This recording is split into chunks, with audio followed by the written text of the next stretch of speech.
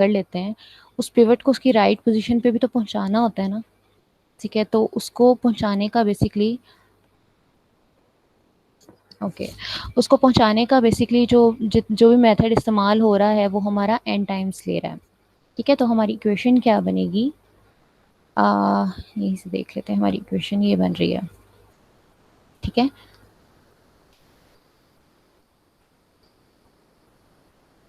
अच्छा, अब अगर हम इसकी बात करते हैं कि Q हमारे पास जो n से छोटा है अगर, ठीक है, सॉरी, n हमारा 1 से छोटा है अगर, दैट मीन्स कि n की वैल्यू 1 है या तो या 0 है।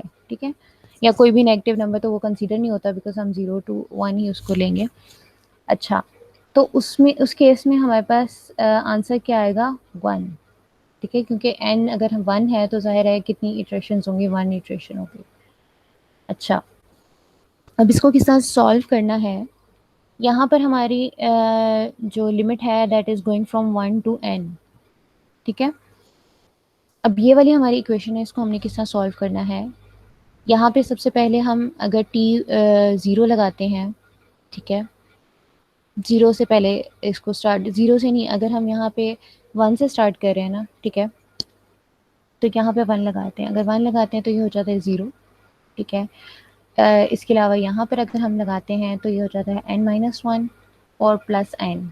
अब बेसिकली हम यहाँ पे क्या करने की कोशिश कर रहे हैं, ये जो हमारी पूरी एक लंबी सी इक्वेशन बनी है, इसको थोड़ा सा कह लो कि उसमें से Q को बेसिकली हम एलिमिनेट कर रहे हैं। ठीक है, ताकि हमारे पास एक प्रॉपर इक्वेशन आ जाए, जिसको हम, जिसमें कोई भी वैल्यू इंसर्ट करें तो हमारे पास एक सोल्यूशन आए। ठीक है, अच्छा, अब यहाँ पे हमारे पास ये किसकी वैल्यू निकल रही है, अगर हमने रखा था t ऑफ 1, ठीक है, तो t ऑफ 1 के केस में इसको जब हमने सॉल्व किया तो ये हमारा बन रहा है n-1 plus t of n-1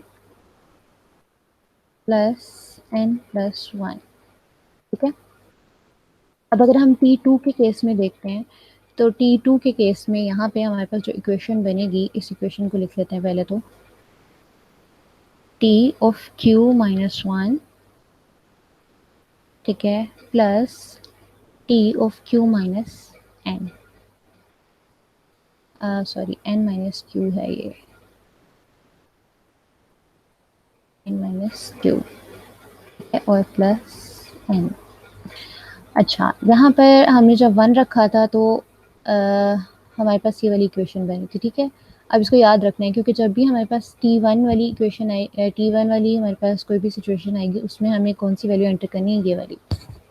अच्छा, अब इसको एक्सपेंड करते हैं, यहाँ पर हमने 1 रखा था तो इसको हम रख लेते हैं, आई गेस, हाँ ठीक है, अच्छा 2 रखेंगे तो यहाँ पर आ जाएगा t1, ठीक है, plus t of n-2 plus 2। ठीक है, तो ये वाली इक्वेशन क्या है, t of n-1 plus n plus 1 plus t of n-2 plus 2। ठीक है, तो हर दफ़ा जब भी हम इसको एक्सटेंड करते जाएंगे तो ये कुछ इस तरह से एक्सटेंड हो जाएगी हमारे पास। ठीक है, अब इसको इस सारी इक्वेशन को ज़ाहिर है इसने सिंप्लीफाई भी किया हुआ है यहाँ पे, तो हर दफ़ा क्या हो रहा है, t-2 हो रहा है। ठीक है, और t+1 वाली इक्वेशन तो हमारे पास है ही, और नेक्स्ट केस में हमारे पास t-3 हो जाएगा और t-1 एक एडिशनल आ जाएगी, क्योंकि यहाँ पर तो ये कट हो रही है। ठीक है, ये इसी तरह साथ है हमारे, चल रही है आगे तक। अच्छा, अब बेसिकली यह हो क्या रहा है, यहाँ पे ये कोई भी एक कांस्टेंट है जो कि चेंज हो रहा है। ठीक है, 1 then 2 then 3 then 4। In case of 1 हमारे पास ये 1 था, इन केस ऑफ 2 ये 2 हो गया, 3 हो गया, 4 हो गया। ठीक है, और यहाँ पर जो सिचुएशन बन रही है, इसको अगर हम इवेल्युएट करें तो वो हमारी बनती है n-i। ठीक है, अब इसको देख लेते हैं कि अगर हम n-1 रखते हैं, ठीक है, तो k यहाँ पर -2 रखा है उसने। ठीक है, तो k -2 पे पहले रख के देख लेते हैं क्या बनेगा। T of N minus two, तो प्लस फोर हो जाएगा। ओ, प्लस फोर कैसे हो जाएगा, प्लस टू हो जाएगा। ठीक है, उसके बाद हमारे पास आएगी ये वाली इक्वेशन n माइनस आई। ठीक है, तो n माइनस आई को भी मैंने टू रख दिया, तो वो प्लस टू बन जाएगी। ठीक है, तो यहाँ पर ये वाली जो इक्वेशन है, माइनस के साथ ही तो प्लस हो रही है। ओके, आई माइनस वन रख के देख लेते हैं कि क्या वही इक्वेशन बन रही है कि नहीं। वैसे it's not necessary to solve it. अच्छा, this is N minus K. मैं पूरी ही इक्वेशन लिख रही हूँ ताकि मुझे बार बार सॉल्व ना करनी पड़े। ये जो सारी इन्होंने ये जो मेथड्स बताए हुए हैं ना, ये अच्छे खासे कॉम्प्लिकेटेड तरीके से करके बताए हुए हैं। एंड पे जाके ना मैं इनको थोड़ा सा जो बिल्कुल एक सिंप्लीफाइड तरीका है जो कि नेट पे हर जगह मौजूद है, ठीक है, तो उस तरीके से मैं करूँगी इसको एंड पे solve. You will get to know कि ये इतने मुश्किल है नहीं। ठीक है, अच्छा, so we are going from minus one to के माइनस टू। ठीक है, सो यहाँ पर हाँ,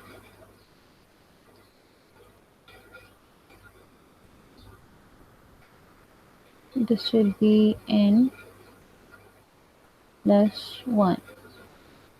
ठीक है, और फर्दर वो जब वैल्यूज ऐड होती जाएंगी तो यहाँ पे मैम ये एज इट इज हमें पेपर में आएंगे? नहीं नहीं, एज इट इज नहीं आएंगे इनकी, क्योंकि इनकी डेरिवेशंस बहुत ज़्यादा लंबी हैं। तो फिर जैसे आप जिस तरीके से कह रही हैं उससे समझा दें, क्योंकि इससे तो बहुत कंफ्यूजन हो रही है। चलो इस पॉइंट पे हम निकल जाते हैं, क्योंकि मैं उसको बेसिकली इसको रिवर्स करके दिखा रही थी, तो डेफिनेटली वो यही चीज़ बनेगी। लेकिन अभी फ़िलहाल उसकी इस स्टेप से हम आगे ही बढ़ते हैं। ठीक है ना, अच्छा, तो आगे चलते हैं क्योंकि आगे अभी इसकी जो है ना डेरिवेशन काफ़ी ज़्यादा है।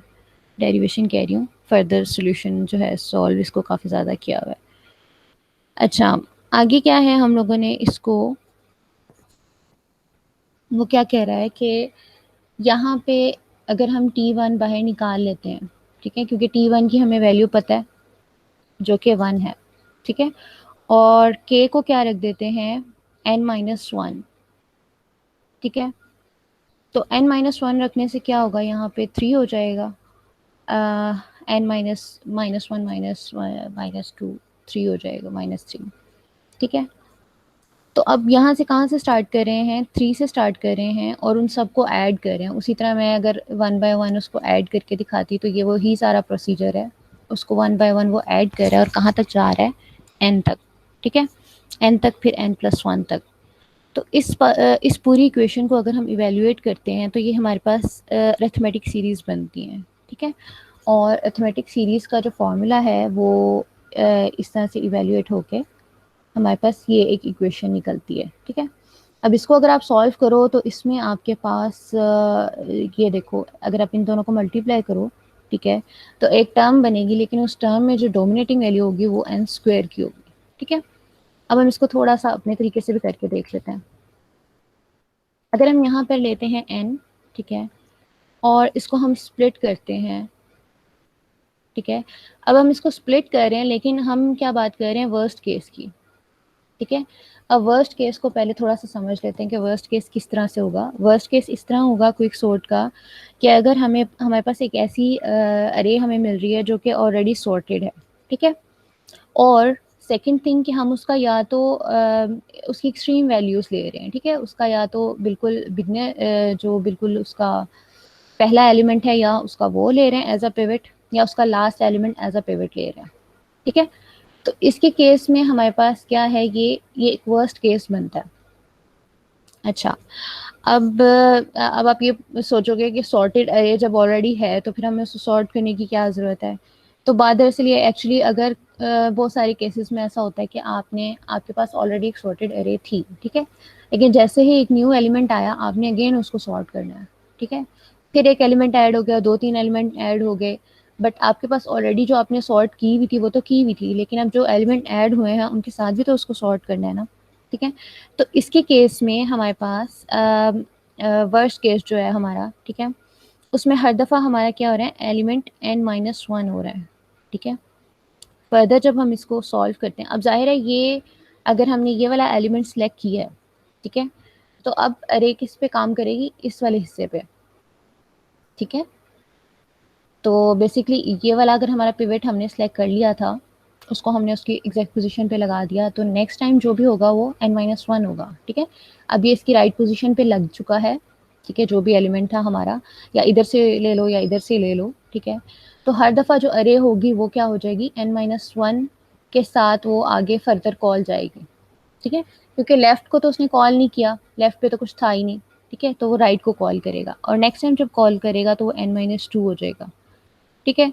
तो इसी तरह करते करते हमारे पास n-3, तो ये पूरी टर्म हमारे पास बन जाएगी up to log of n, ठीक है। तो इसका जब हम समीशन लेते हैं, या इसका आप समीशन से पहले एक इक्वेशन अगर बनती है, तो एट लेवल 1, ठीक है, we have n-1, at level 2 we have n-2, इसी तरह लेवल 3 पे हमारे पास n-3। तो यहाँ पे लेवल 3 नहीं है बेसिकली, हाँ, अच्छा, तो यहाँ पे हर दफ़ा आप ये देखो इसकी भी वैल्यू क्या हो रही है, चेंज हो रही है, ठीक है। तो ये क्या है हमारे पास, ये भी एक n है, n टाइम्स है जो चल रहा है हर दफ़ा, ठीक है। उसके अलावा n माइनस जो भी हमारे पास i की वैल्यू है जिसको हम इटरेट कर रहे हैं, ठीक है।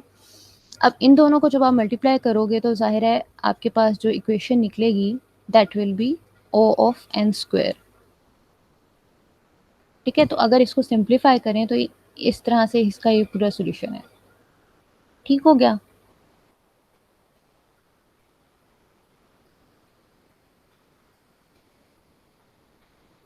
अच्छा, अब ये आगे जो है हमारे पास एवरेज केस है, ठीक है। ये उससे भी ज़्यादा कॉम्प्लिकेटेड है क्योंकि यहाँ पे हमारे पास आ जाता है क्या उसे कहते हैं, प्रोबेबिलिटी आ जाती है, ठीक है। अच्छा, इसको सॉल्व करने का भी एक आसान तरीका है, ठीक है, जो कि मैं आपको इसके बाद ही बता दूंगी, क्योंकि अभी इसमें जो है ना इसको देख लेते हैं कि इसमें क्या चीज़ें चल रही हैं।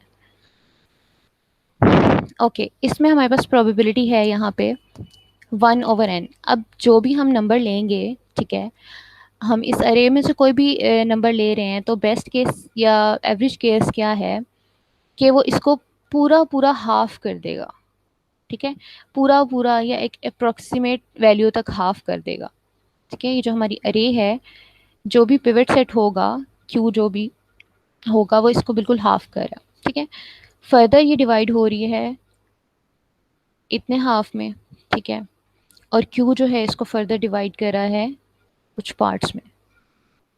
तो यहाँ पर आके हमारी अरे हो गई है 2 में स्प्लिट हो गई है, n/2 हो गई है, यहाँ पर आके n/4 हो गई है, इसी तरह n/8 हो जाएगी, ठीक है। फर्दर जाएगी log ऑफ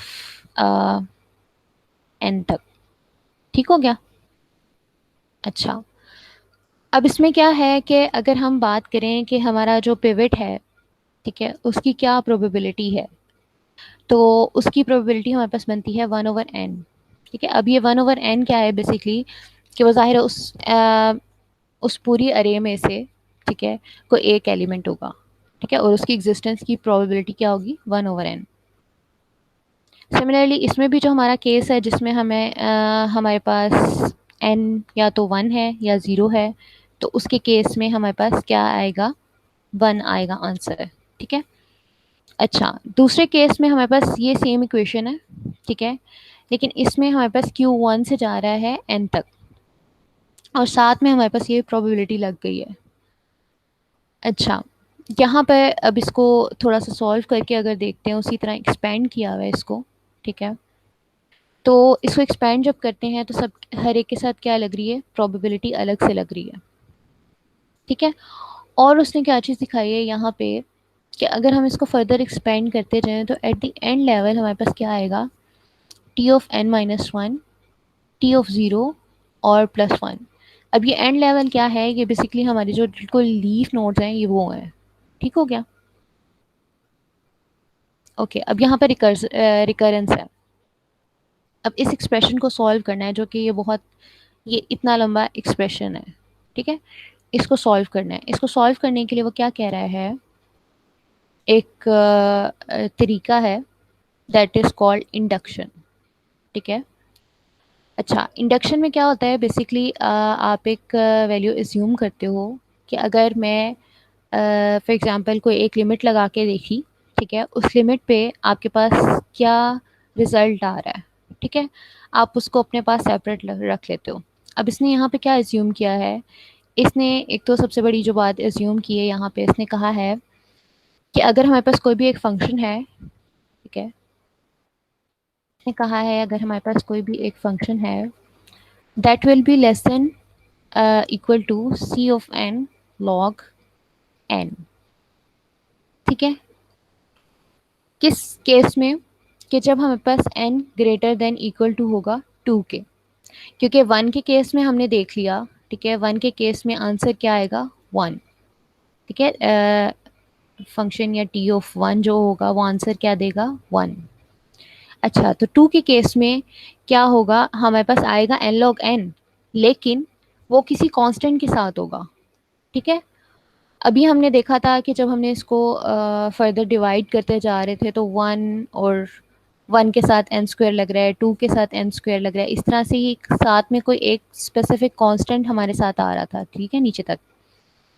तो यहाँ पर भी कोई कांस्टेंट आएगा जिसको हमने निकालना है, और जाहिर सी बात है जब उसमें एक कांस्टेंट ऐड हो जाएगा तो वो बड़ा हो जाएगा हमारे फंक्शन से, ठीक है। अच्छा, तो इसकी केस में उसने क्या किया, n को रख लिया 2, तो जब n को 2 रखा तो हमारे पास आंसर क्या आया, 4, ठीक है। अच्छा, अब ये हमारे पास इक्वेशन थी, ठीक है, इसमें हमारे पास कांस्टेंट है एक और n log n है। अब ये वाली टर्म हमारे पास निकल आई है, ठीक है, in case of n equals to 2 हमारे पास निकल आया 4, ठीक है। यहाँ पे देखो हमारे पास 4 निकल आया। अब ये दोनों इक्वेशंस कह लो कि इक्वल हो चुकी हैं। अब इसको यहाँ से हम c निकाल सकते हैं, ठीक है, कांस्टेंट निकाल सकते हैं। अब कांस्टेंट हमारे पास क्या कह रहा है कि अगर हम n को रखते हैं greater than equal to,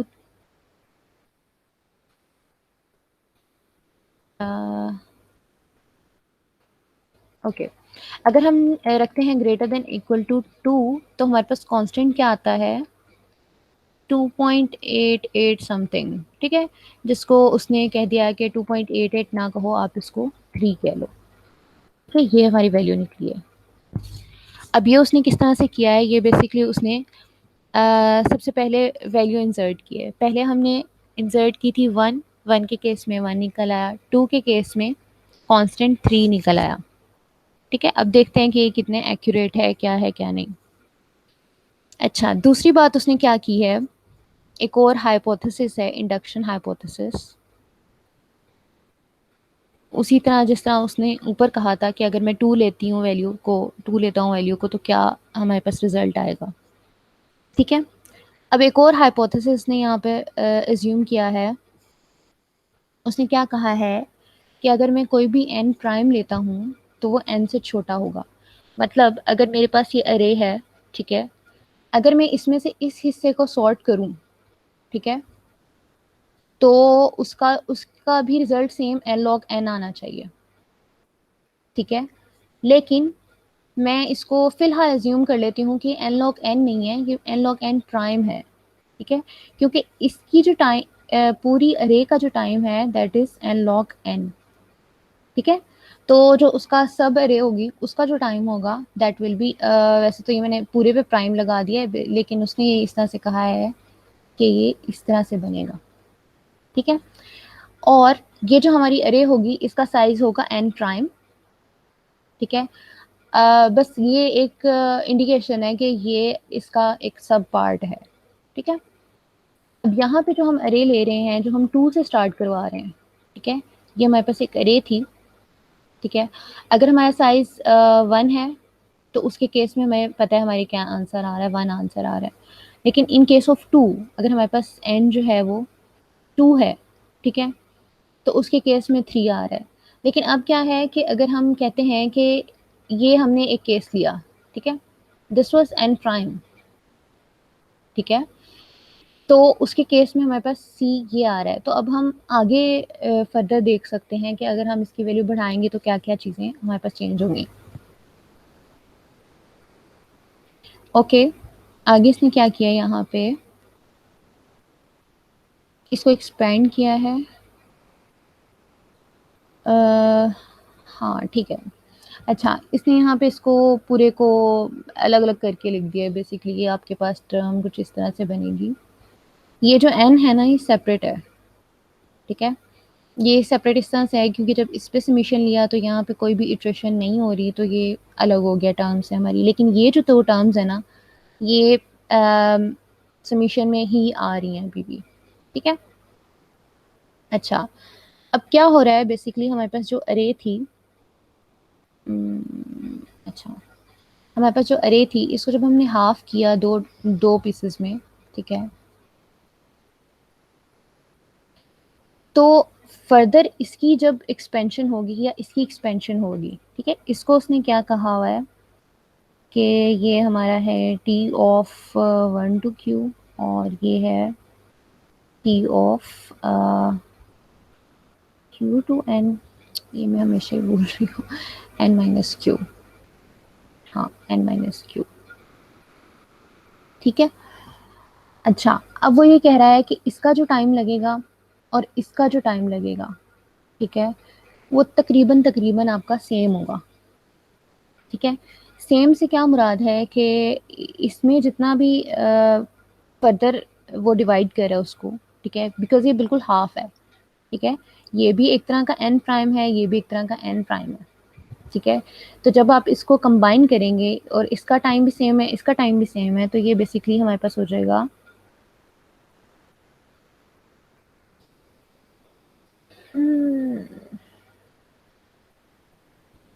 okay, ये हमारे पास एक तरह का 2n प्राइम हो जाएगा। वैसे ये टर्म नहीं यूज़ की हुई, उन्होंने ये टर्म यूज़ की हुई है कि इन 2 टर्म्स को हम मिला लें, ठीक है, तो हमारे पास एक कॉमन टर्म उन्होंने निकाली है q के साथ, ठीक है। इसको उसने कह दिया है कि ये हमारे पास 2 टाइम्स है, बिकॉज इसको भी और इसको भी ऐड कर दिया तो ये 2 टाइम्स आ गई, ठीक है। तो वो बेसिकली इस टर्म को उसने क्यू टी क्यू कहा है, इसको भी टी क्यू कहा है। अच्छा, उसको उसने यहाँ पे कंबाइन कर दिया, ठीक है, एक टर्म बना दी। अब उसमें से भी इस सिंगल टर्म में से भी वो ये कह रहा है कि हमारे पास जो ज़ीरो वाली ज़ीरो के केस में और 1 के केस में, ठीक है, 0 और 1 के केस में क्या था, 1 आता है, ठीक है, तो उसने उसको निकाल लिया और 2 से स्टार्ट किया है और n-1 तक जाएगा क्योंकि फर्दर सब डिवीजन है, ठीक है, तो n-1 तक जाएगा। अच्छा, आगे उसने क्या कहा है, इसको सॉल्व किस तरह से किया है, वो ये कह रहा है we will apply the induction hypothesis for q less than n। So यहाँ पे हमारा जो q है this is less than n। That means जो हमने यहाँ पे बात की थी, एक मिनट यहाँ पे मैं दिखाती हूँ, ये वाली चीज़। So it was t of n prime less than t of n prime log n prime, ठीक है। अच्छा, अब Q जो है, Q जाहिर सी बात है हमारा कोई भी पिवट पॉइंट था, वो वो ज़रूरी है कि वो n से कम ही होगा, ठीक है, क्योंकि वो कोई सिंगल एलिमेंट होगा। या आप ये बात कह लो कि अगर हमारा एन ओवर हाफ हमने किया है, ठीक है, क्योंकि ये पूरी टर्म अगर मैं कह रही हूँ कि ये हाफ हाफ थी, तो क्यू लाजमी बात है, ये वाला जो क्यू हमारा है ये इससे छोटा ही होगा, ठीक है। अच्छा, अब यहाँ पे उसने क्या कहा, जब हमारे पास Q is less than N है, ठीक है, तो दैट मीन्स हम ये कह सकते हैं कि जो भी हमारी ये एन प्राइम है, ठीक है, इसको हम ये भी लिख सकते हैं कि this is T of Q. क्यों लिख सकते हैं, क्योंकि ये भी एन प्राइम है, और ये टी ऑफ क्यू जो है ये भी मैंने आपको बताया है कि ये इसका कोई भी एक प्राइम, मतलब एक एक उसका सब पार्ट होगा, ठीक है। उसने उसको इस तरह से लिख दिया या प्राइम करके लिख दिया, तो सेम यही चीज उसने क्या किया है, अब ये वाली इक्वेशन उठा के इसकी जगह पे लगा दिया है, ठीक है। ओके, अब ये कैसे रिप्लेसेबल है, अब आप इसको ना थोड़ा सा लॉजिकली सोचो, ठीक है। लॉजिकली किस तरह से, कि अगर आप नीचे की तरफ जाते हो, ठीक है, एक ट्री के अंदर, तो उसकी लेंथ कितनी हो जाती है, एन लॉग एन, ठीक है, मतलब आपने एन लॉग एन नहीं, सॉरी, लॉग एन, आपने उसकी नीचे तक हाइट अगर निकालनी है तो दैट इज लॉग एन, ठीक है, और उसके साथ कोई भी कांस्टेंट हो सकता है। तो आप ये सोचो कि अगर हम इसकी बात कर रहे हैं, इस स्पेसिफिक पार्ट की बात कर रहे हैं, तो दिस इज लॉग एन, ये लॉग एन तक जाएगा, बल्कि एन लॉग एन तक जाएगा, क्योंकि हर दफा इसकी भी पार्टीशन हो रही है, ठीक है, पार्टीशनिंग हो रही है। इसको आप इसकी जगह रिप्लेस कर सकते हो। अच्छा, अब इसको इसने इस पूरी टर्म को यहाँ पर इकट्ठा कर लिया, ठीक है, और अब हमारे पास ये वाली टर्म बची है। अब एक्चुअली हम लोगों ने क्या करना है, हम लोगों ने प्रूफ ये करना था कि log of n log n proof करना है ना, ठीक है, विद सम कांस्टेंट सी। हमने एक्चुअली उसकी जो टोटल टाइम है, ठीक है, वो एन लॉग एन प्रूफ करना है, ठीक है, और साथ में उसने को कांस्टेंट लगा दिया जो कि ज़्यादा मैटर नहीं करता, क्योंकि अगर आप ओ ऑफ मतलब बिग ओ निकालोगे, बिग ओ नहीं, यहाँ पर ओमेगा आएगा क्योंकि वो एवरेज टाइम है, तो एन लॉग एन निकलेगा, ठीक है। अच्छा, यहाँ तक चीज़ें समझ आ गई हैं, हजम हो गई हैं।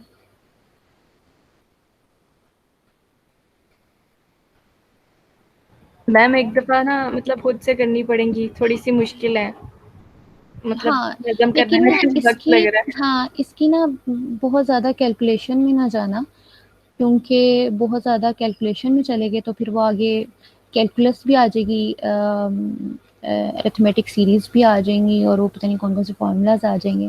तो इसलिए मैं आपको बिल्कुल मोटा मोटा सा चीज़ें बता रही हूँ कि ये पूरी टर्म का क्या मतलब है, इस पूरी टर्म का क्या मतलब है, ठीक है। अच्छा, अब हम लोगों ने ये वाली टर्म जो है ना, इसको फर्दर एक्सपेंड कर रहे हैं।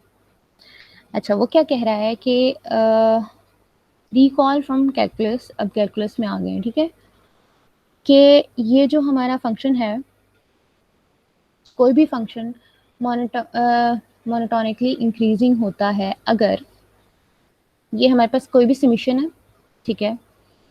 अब हम ये कहते हैं कि अगर हमें कोई भी एक ऐसी टर्म लेनी है, चेंज लेना है, ठीक है, पहले तो हम बात कर रहे थे ना कि वैसे एक जनरल टर्म में बात करें अगर, तो डेरिवेशन क्या देता है आपको, डिफरेंस निकाल के देता है, ठीक है। लेकिन यहाँ पर एक चीज उसने इस्तेमाल की है, दैट इज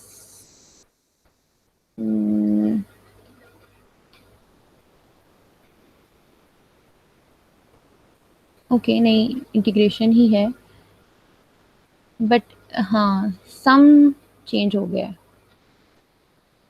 ठीक है। यहाँ पर वो समीशन यूज कर रहा है, अब ये वाली समीशन को उसने सिंपल एस बोल दिया है, ठीक है।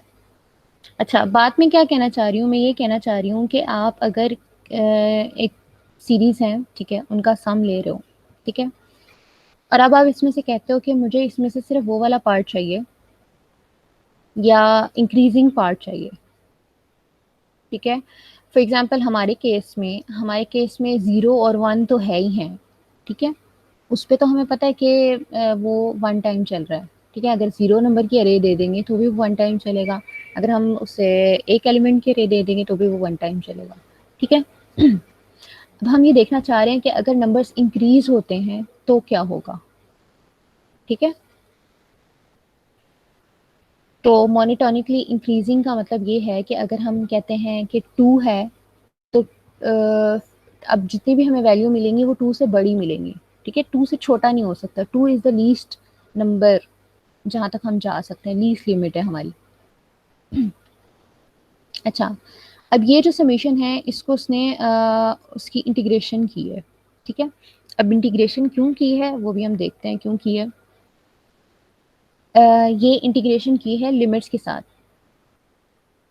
ठीक हो गया।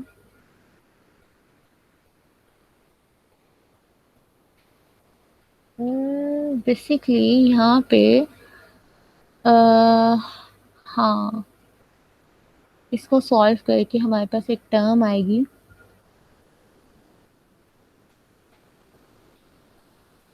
जो कि मोर सिंप्लीफाइड टर्म होगी। हाँ, उसमें से समीशन का साइन निकालना है बेसिकली, ठीक है। तो समीशन का साइन निकालने के लिए, क्योंकि अब समीशन जो है वो हमें एक अल्टीमेट सॉल्यूशन नहीं दे रहा, ठीक है। तो यहाँ पे उसने इंटीग्रेशन की है समीशन के साइन को रिप्लेस करने के लिए। अच्छा, यहाँ पे इसको कैसे सॉल्व कर रहा है, यहाँ पे उसने सी को बेसिकली यहाँ पे फिलहाल एक्स एज्यूम कर लिया है, ठीक है। और ये यहाँ पर हमारा पावर फॉर्मूला लगता है जो कि काफ़ी लंबा चौड़ा होता है, अगर आपको याद हो तो। Yes ma'am. वो याद है ना, वो एक पार्ट को पहले सॉल्व करते हैं फिर उसकी इंटीग्रेशन, डबल इंटीग्रेशन आ जाती है और वो सारा जी। मुझे कभी याद नहीं होता था। ठीक है, मुझे तो पता ही तो वो नहीं है। पावर फॉर्मूला यहाँ पे लगेगा। उसके बाद हमारी जो टर्म निकल रही है वो कुछ इस तरह की है, ठीक है। अब इसकी लिमिट इसने किस तरह अप्लाई की हुई है, पहले n के साथ उसको रिप्लेस किया है, ठीक है, सारी टर्म को। उसके बाद उसको 2 के साथ रिप्लेस किया है, ठीक है। तो ये लिमिट तो लगानी आती है ना बीच में माइनस का साइन करके, तो उसको अब ये डिफरेंस निकाल रहा है, ठीक है। ये अगर हम 2 रखते हैं या n रखते हैं तो हमारे पास कितना डिफरेंस आता है। अब वो जितना भी डिफरेंस आएगा वो उस सम से ज़्यादा ही होगा, ठीक है। अच्छा, तो अब हम ये कह सकते हैं कि ये जो हमारे पास टर्म निकली है, ठीक है, this is greater than equal to this. तो फिलहाल अगर मैं ये भी कहूँ कि this is equal to this and this is equal to this, ठीक है, तो ये पूरी टर्म को मैं उसकी जगह रिप्लेस कर सकती हूँ, ठीक है। ये जो हमें हमारी समेशन वाली टर्म थी यहाँ पे, इस पूरी टर्म की जगह पे मैं अब इस वाली टर्म को रिप्लेस कर सकती हूँ, ठीक है। अच्छा, अब इसको फर्दर अगर हम सॉल्व करते हैं तो it will reduce to this. अब इसमें आप एक चीज देखो कि इसमें आपकी काम की चीज क्या है, इस पूरी टर्म में आपके काम की चीज क्या है।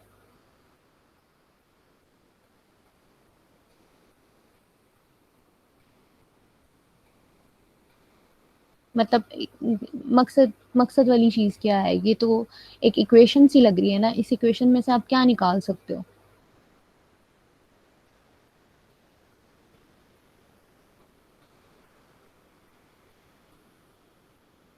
Hello,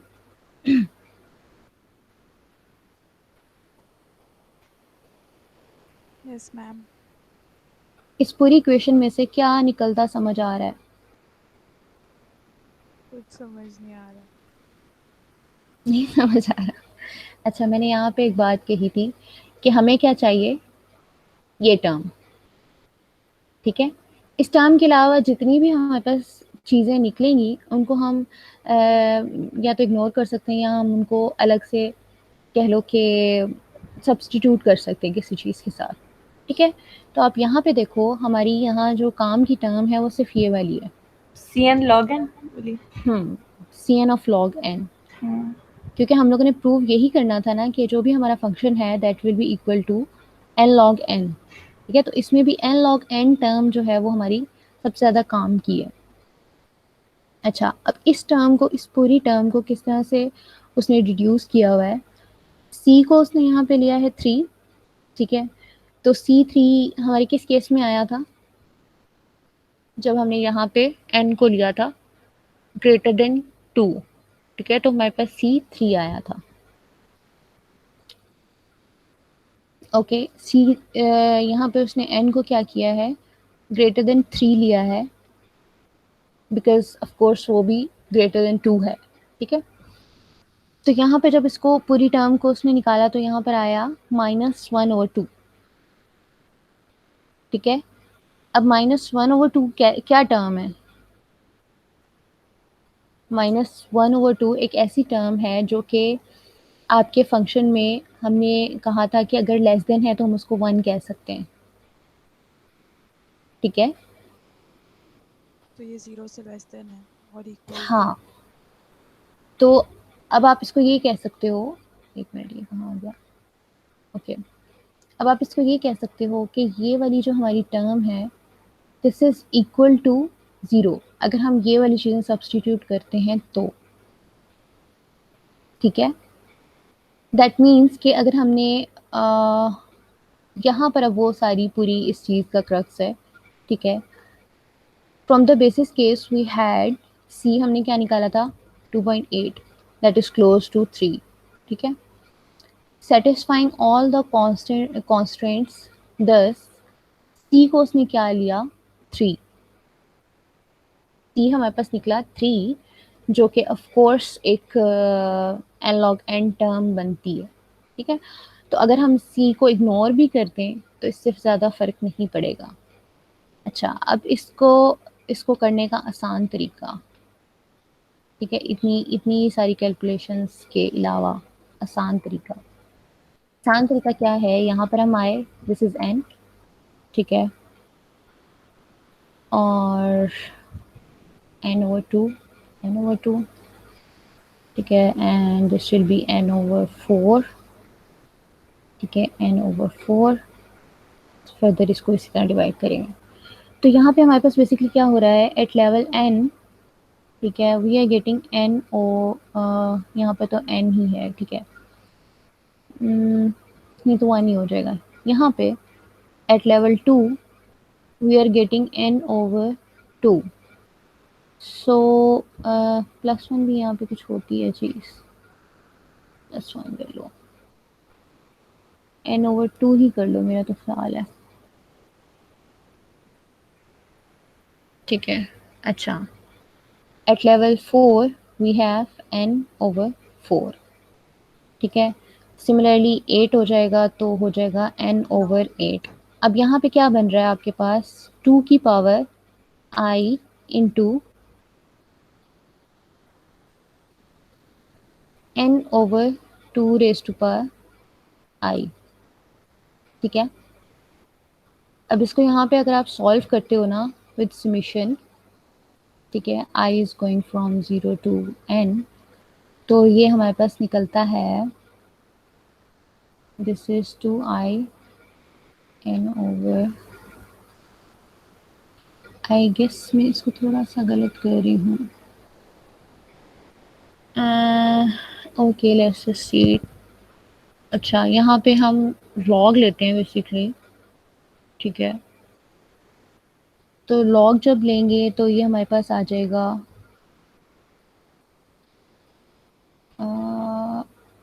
okay this is n terms, this is n terms, okay, I am doing it wrong I guess, यहाँ तक तो ये ठीक है, लेकिन यहाँ पे कोई टर्म मेरे ख्याल में प्लस हो रही होती है, मुझे वो नहीं याद आ रही जहन में। तो एट द एंड हमारे पास क्या निकलता है यार, स्लो क्यों हो रहा है?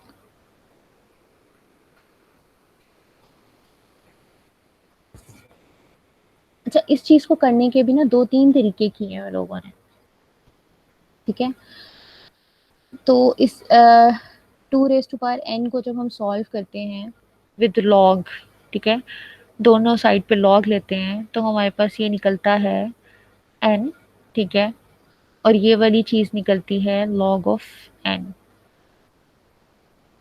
ठीक है। तो बेसिकली वो वैसे ही हमारे पास सॉल्व हो जाता है with in 1 to 2 steps.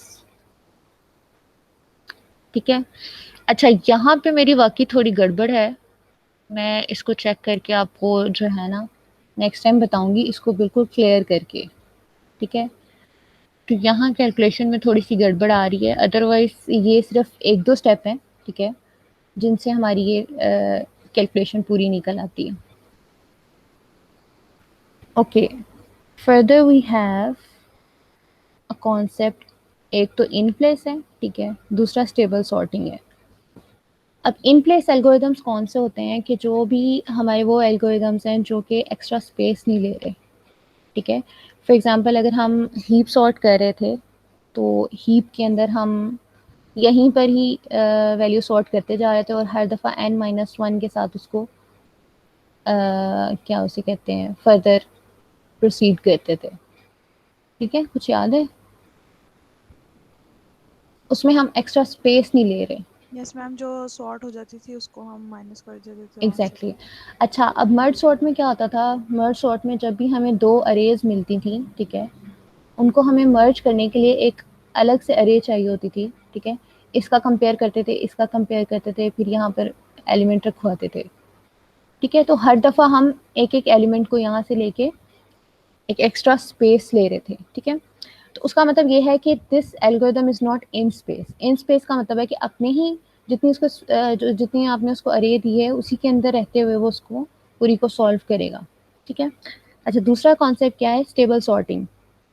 Stable sorting क्या है हमारे पास कि जैसे यहाँ पर आपके पास एक अरे दी हुई है, दिस इज़ 3, ठीक है, दिस इज़ 3 प्राइम और this is 3 double prime.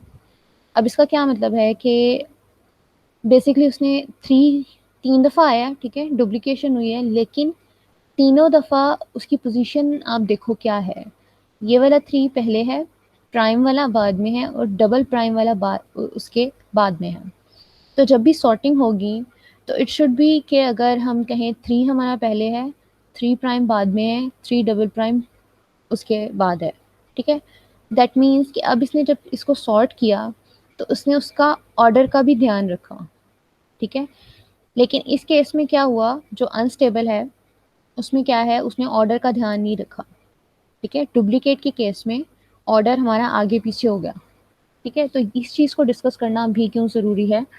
Basically अगर आप बात कर रहे हो कि जैसे आपके पास ये अरे है, ठीक है, इस अरे में जितने भी एलिमेंट हैं बेसिकली वो आपकी की है।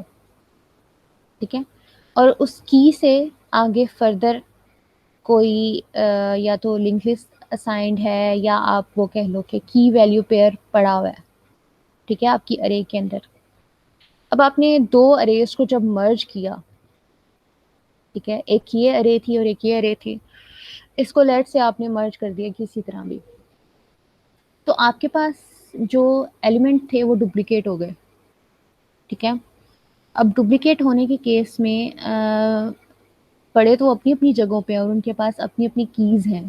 ठीक है, अपनी अपनी वैल्यूज़ अलग हैं। ठीक है, तो जब अगर आप उसको सॉर्ट करते हो और इस तरह से आगे पीछे हो जाती हैं तो दैट मीन्स कि जब आप इसकी वैल्यू निकालोगे तो इसकी वैल्यू मिलेगी आपको। ठीक है, इस 3 की वैल्यू निकालना चाहोगे तो 3 प्राइम की वैल्यू निकलेगी।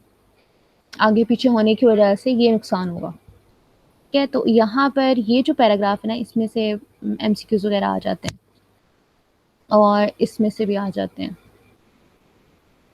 ठीक है, तो वो ये कह रहा है कि कौन कौन से एल्गोरिदम्स हैं जो इन प्लेस हैं। इसमें हमारा बबल सॉर्ट है, इंसर्शन है, सिलेक्शन है। ठीक है, ये इन प्लेस एल्गोरिदम्स हैं। उसके अलावा जो बबल सॉर्ट, इंसर्शन सॉर्ट हैं वो स्टेबल भी हैं। ठीक है, लेकिन जो सिलेक्शन सॉर्ट है ना ये अनस्टेबल है। ठीक है, उसके अलावा हमारे पास जो मर्ज सॉर्ट है वो स्टेबल तो है लेकिन इन प्लेस नहीं है। ठीक है, और क्विक सॉर्ट जो है स्टेबल नहीं है और इन प्लेस भी नहीं है। ठीक है, हीप सॉर्ट इन प्लेस है, ठीक है, लेकिन स्टेबल नहीं है। तो आप अगर अपने जिस तरह के केस के लिए यूज़ कर रहे हो उस पर डिपेंड करता है कि आप ये चीज़ों का ध्यान रख रहे हो कि नहीं, कि आपको इन प्लेस चाहिए या आपको स्टेबल चाहिए कि नहीं। ठीक है, तो दैट टोटली डिपेंड्स कि आप कौन सी सॉर्टिंग यूज़ कर रहे हो। अच्छा, इसके केस में एक चीज़ और भी थी, मैं दोबारा उसी पे आ रही हूँ, एक चीज़ याद आई है। मर्ज सॉर्ट के केस में आपने एक चीज़ देखी थी, चलो मैं यहीं पे बता देती हूँ। उसमें हमारे पास दो टी ऑफ कुछ इस तरह का बन रहा था, ठीक है? कुछ याद है ये वाली? ये हमारा वन आता है in case of n less than 2, t of n equals to this. कुछ याद है ये? बल्कि नहीं, मैंने यहाँ पे इसको रिमूव कर देती हूँ, ठीक से बनाती हूँ। This is n over 2, n over 2।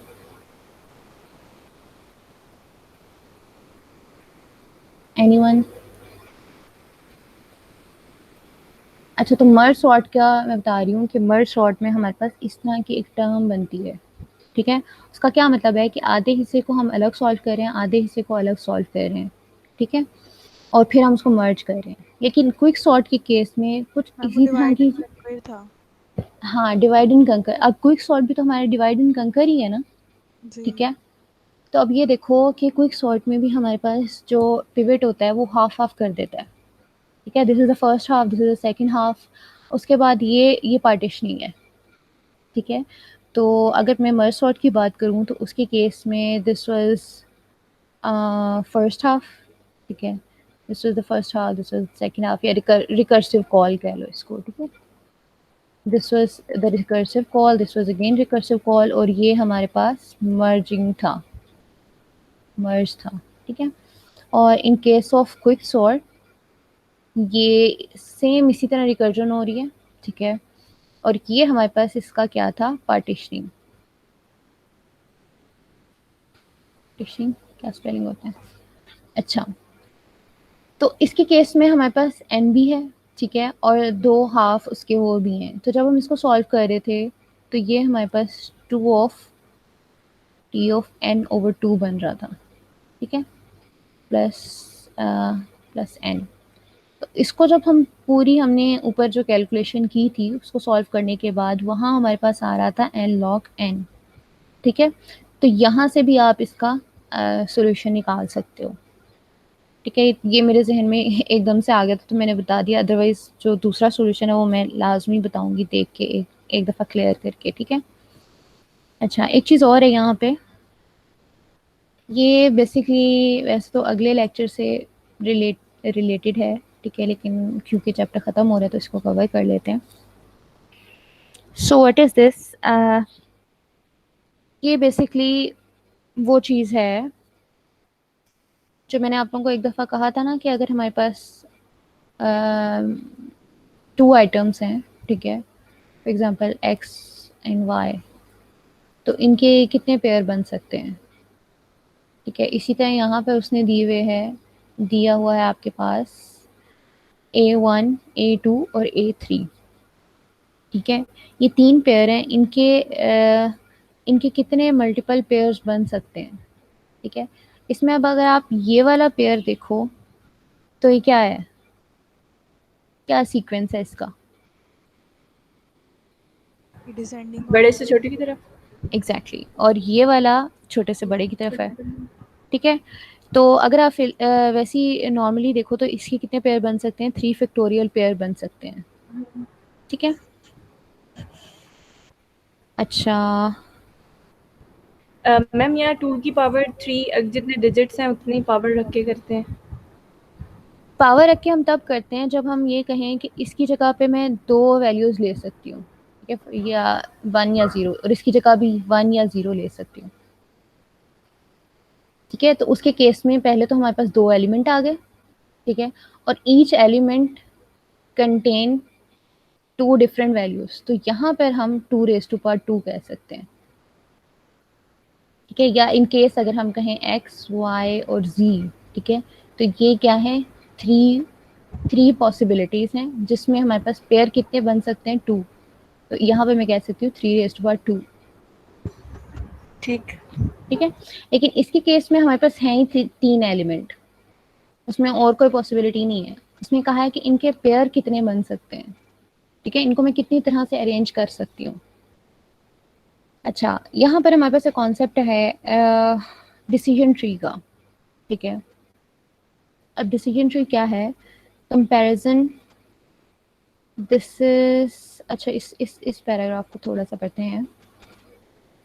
So the best we have so far is n log n algorithms for sorting, ठीक है। Is it possible to do better than n log n? तो n log n से better क्या होता है? What is better than n log n?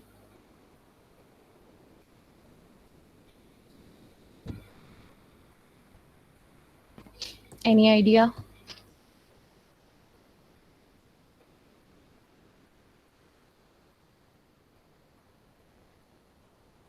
यहाँ पे मैंने आप लोगों को स्टार्टिंग में एक चीज़ बताई थी कि सबसे अच्छा टाइम है log n, उसके बाद है n, उसके बाद n log n, उसके बाद है n स्क्वायर, उसके बाद n cube and so on.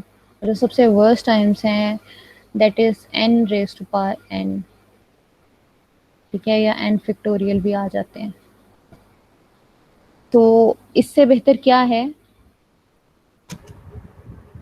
N भी और लॉग एन भी। एग्जैक्टली तो हम जो चीज़ देखना चाह रहे हैं, हम कह रहे हैं क्या हमारी पॉसिबिलिटी है कि हम सिर्फ n टाइम्स चलाएं और हमारी सॉर्टिंग जो है वो हो जाए, ठीक है। ओके, यहाँ पे उसने क्या कहा है?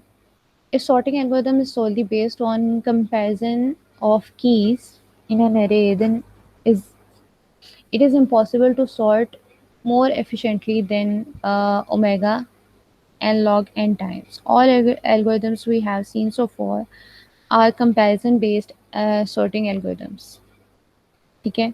तो उसने किस तरह से कहा है कि किस तरह से वर्स हैं, क्योंकि हमें हर दफ़ा क्या करना पड़ रहा है? कंपैरिजन करना पड़ रहा है, ठीक है। जितने भी हमारे अब तक हमने सॉर्टिंग देखे हैं उसमें हम कंपैरिजन कर रहे थे, ठीक है। कंपैरिजन मतलब जो भी हम एलिमेंट ले रहे हैं उसको दूसरे के साथ कंपेयर कर रहे हैं, ठीक है। अच्छा, यहाँ पे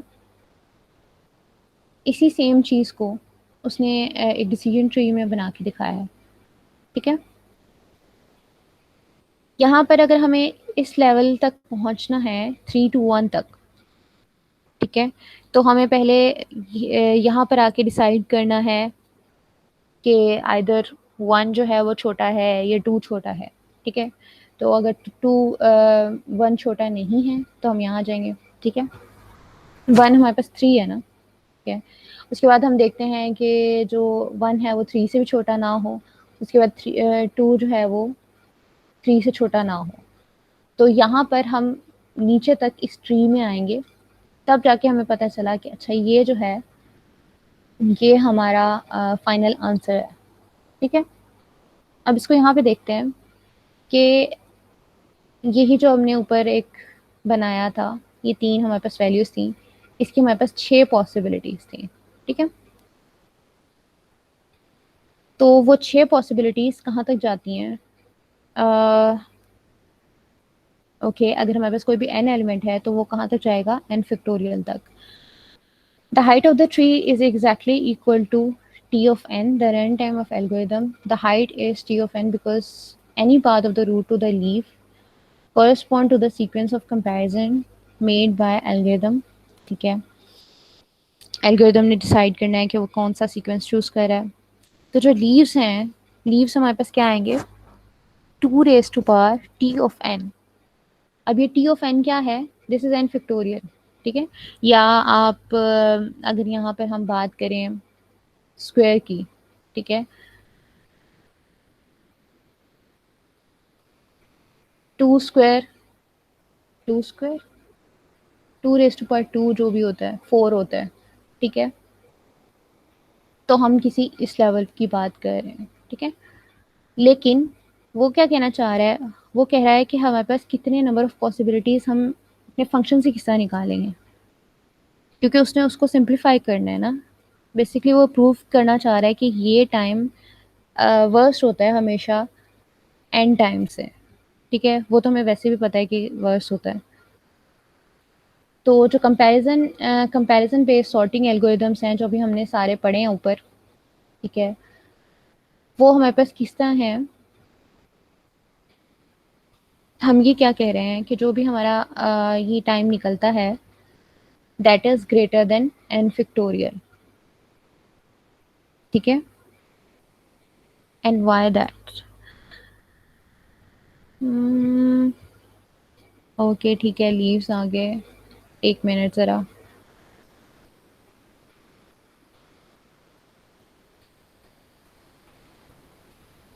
ओके,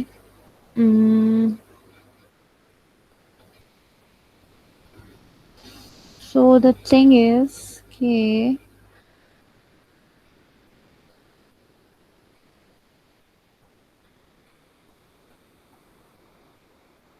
ओके, इस एन फैक्टोरियल को उसने सिंप्लीफाई किया हुआ है। ये कोई स्ट्रेलिंग अप्रोक्सीमेशन मेथड है, ठीक है, जिसके थ्रू इसने इसको सिंप्लीफाई किया है। इसको लगा दिया, हमारे पास ये एक इक्वेशन बन गई है। ठीक है, इसमें जो हमारी काम की टर्म है वो ये है, और ये बाकी इन दो टर्म से डोमिनेटिंग है। ठीक है, लेकिन एक्चुअली बात जो वो प्रूव करना चाह रहा है,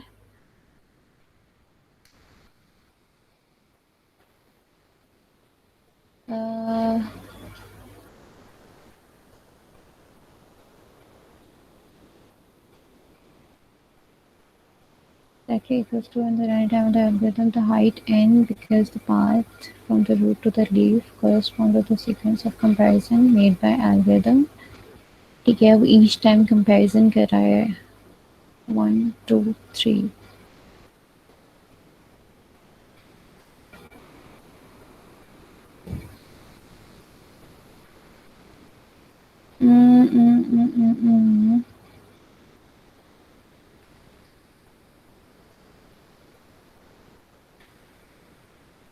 सो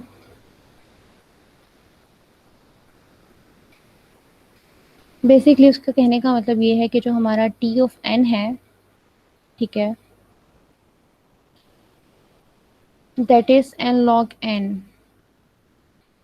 सो this is worst case. Comparison based algorithms has worst case running time. अभी उसने किस तरह से प्रूव किया है, this is a bit complicated, लेकिन एक्चुअली मैं इसकी लॉजिक समझना चाह रही हूँ।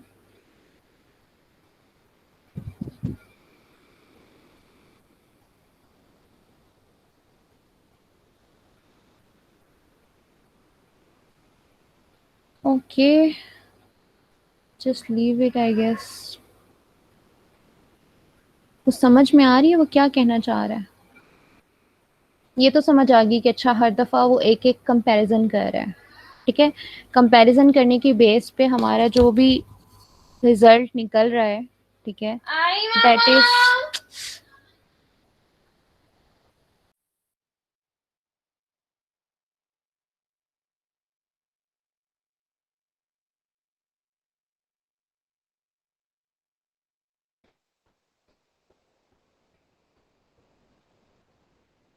एक मिनट में से कोई रिकॉर्डिंग कर रहा था?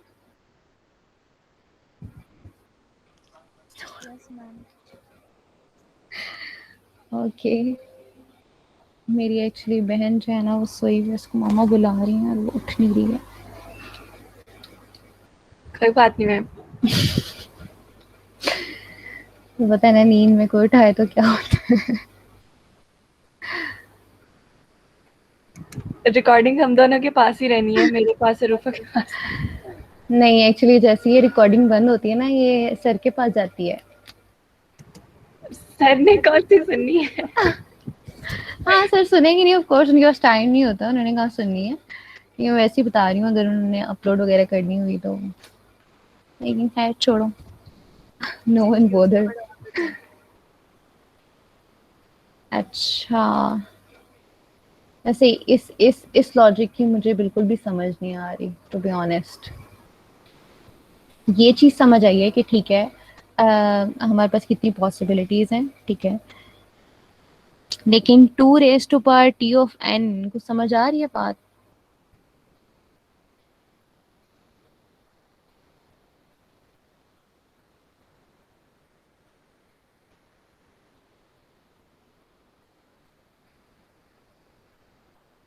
कुछ समझ नहीं आ रही।